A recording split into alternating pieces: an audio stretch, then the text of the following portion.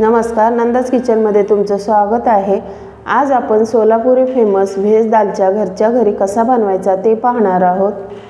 ह्या अगोदर म्हणजे 1 वर्ष झालं असेल त्यावेळेस शॉर्टला व्हेज दालच्याचा व्हिडिओ मी अपलोड केलेला होता। त्या शॉर्ट व्हिडिओला छान प्रतिसाद मिळालेला आहे, म्हणून म्हटलं चला आज आपण मोठा व्हिडिओ व्हेज दालच्याचा बनवूया। जर तुम्हाला शॉर्टमध्ये पाहायचा असेल तर तुम्ही चॅनलवरती जाऊन पाहू शकता। पण आजचा व्हिडिओ स्पेशल होणार आहे, कारण ह्या व्हिडिओमध्ये मी व्हेज दालचा बनवण्याच्या काही सिक्रेट मसाले सांगणार आहे, जेणेकरून तुमचा दालचा एकदम परफेक्ट बनवून तयार होईल। तर चला जराही वेळ न घालवता आपण आजच्या रेसिपीला सुरुवात करूया।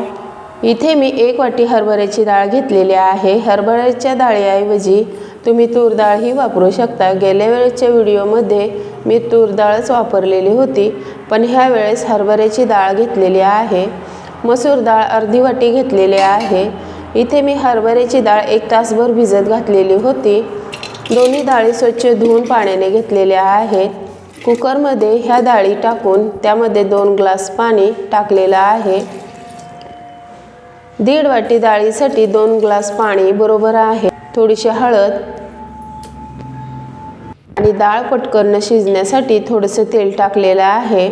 आता ह्याला कुकरचं झाकण लावून 5 शिट्ट्या करायच्या आहेत। डाळ शिजते तोपर्यंत आपण दालचा बनवण्यासाठी कोणकोणत्या भाज्या घेतलेल्या आहेत ते पाहूया।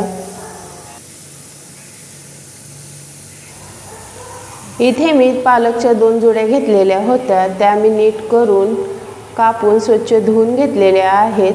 1 जुडी चुक्याची भाजी घेतलेली होती। चुक्याच्या भाजीला आंबटपणा जास्त असतो, त्यामुळे चुक्याची भाजी जास्त घ्यायची नाही।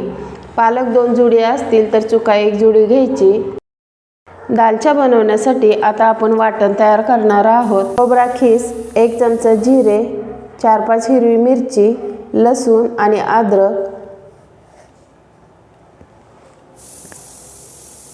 वरून थोडीशी कोथिंबीर टाकून मिक्सरला ह्याची बारीक पेस्ट करून घेऊयात। तर इथे आपलं वाटण वाटून झालेलं आहे। इथे मी थोडासा फ्रेश पुदिना घेतलेला आहे, थोडीशी कोथिंबीर ही घेतलेली आहे। 3 मोठे कांदे पातळ स्लाइसमध्ये कापून घेतलेले आहेत आणि तसेच 3 मोठे टोमॅटो पातळ स्लाइसमध्ये बारीक कापून घेतलेले आहेत। 1 छोटासा दुधी भोपळा घेतलेला होता, त्याच्यावरची साल काढून कापून घेतलेला आहे। दुधी भोपळा हव्या त्या साईजमध्ये कापून घेऊ शकता। तर इथे आपण आता दालचा बनवण्यासाठी सुरुवात करूया। आता दालचा करायचं म्हटलं की तेल थोडंसं जास्त लागतंच, तर इथे मी 4 मोठे चमचे तेल घेतलेलं आहे। तेल चांगलं गरम झालेलं आहे, त्यामध्ये 1 चमचा मोहरी टाकायची। मोहरी छान तडतडली की त्यामध्ये कांदा कापलेला टाकायचा आहे। कांदा चांगला मऊ होईपर्यंत भाजून घ्यायचा आहे। त्यामध्ये अर्धा चमचा मीठ टाकायचं आहे। मीठ मात्र बेतानेच टाकायचं आहे, कारण आपण डाळ शिजतानाही टाकलेलं होतं। तर इथे बघू शकता कांद्याला गुलाबी रंग येईपर्यंत भाजून घेतलेला आहे। आता त्यामध्ये टोमॅटो टाकून तोही चांगला मऊ होईपर्यंत शिजवून घ्यायचा आहे।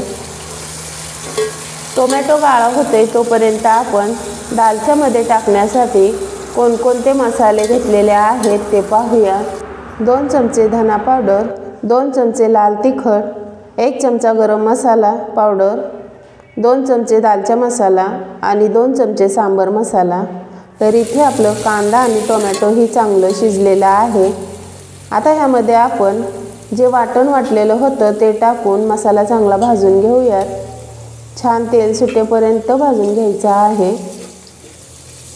तर इथे मस्त मसाला आपला भाजून झालेला आहे। आता ह्यामध्ये हे सर्व ड्राय मसाले टाकून छान मिक्स करून घेऊयात। तर इथे मस्त 1 मिनिटभर हे मसाले छान मसाल्यासोबत भाजून घेतलेला आहे। आता ह्यामध्ये थोडंसं पाणी टाकून मसाला चांगला तेल सुटेपर्यंत शिजवून घ्यायचा आहे। ही जी प्रोसेस आहे ही मेन प्रोसेस आहे। मसाला जितका छान शिजवाल मंद गॅसवरती, तितकाच तुमचा व्हेज दालचा एकदम चवीला भन्नाट लागणार आहे। तर इथे मसाल्यातील पाणीही आटलेलं आहे आणि मसाल्याला छान तेलही सुटलेलं आहे। आता ह्यामध्ये आपण दुधी भोपळा टाकून परतून घ्यायचा।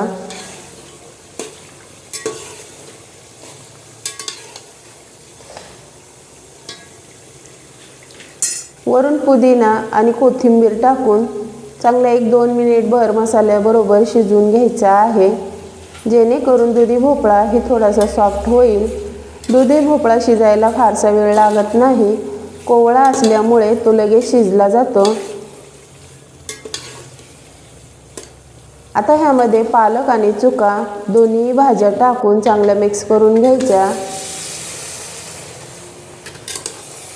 आणि मिक्स करून झाल्या की त्यावर ताट झाकून 10 मिनिटं मंद गॅसवरती शिजायला ठेवायचं आहे। तर इथे आपली डाळ ही छान शिजलेली आहे, बघू शकता मस्त घट्टसर अशी डाळ झालेली आहे। आता ह्यामध्ये 1 ग्लास पाणी टाकून हे मिक्स करून घ्यायचं।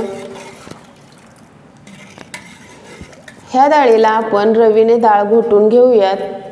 तर इथे डाळीची कन्सिस्टन्सी बघू शकता, मस्त डाळ एकजीव झालेली आहे। इथे आपली भाजी ही शिजली की नाही ते बघूयात। ही भाजी शिजण्यासाठी 10 मिनिटेही लागू शकतात किंवा 15 ते 20 मिनिटेही लागू शकतात, कारण भाजीवर डिपेंड आहे। भाजी कमी असेल तर 10 ते 15 मिनिटात शिजू शकते, जर भाजी जास्त असेल तर 15 ते 20 मिनिटंही लागू शकतात। त्यामुळे 10 मिनिटातच शिजल असं नाही,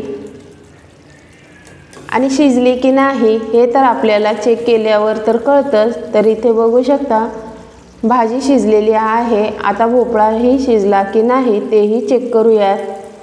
तर इथे बघा भोपळा आपला 80% शिजलेला आहे। आता ह्यामध्ये आपण डाळ टाकून मिक्स करून घेऊयात।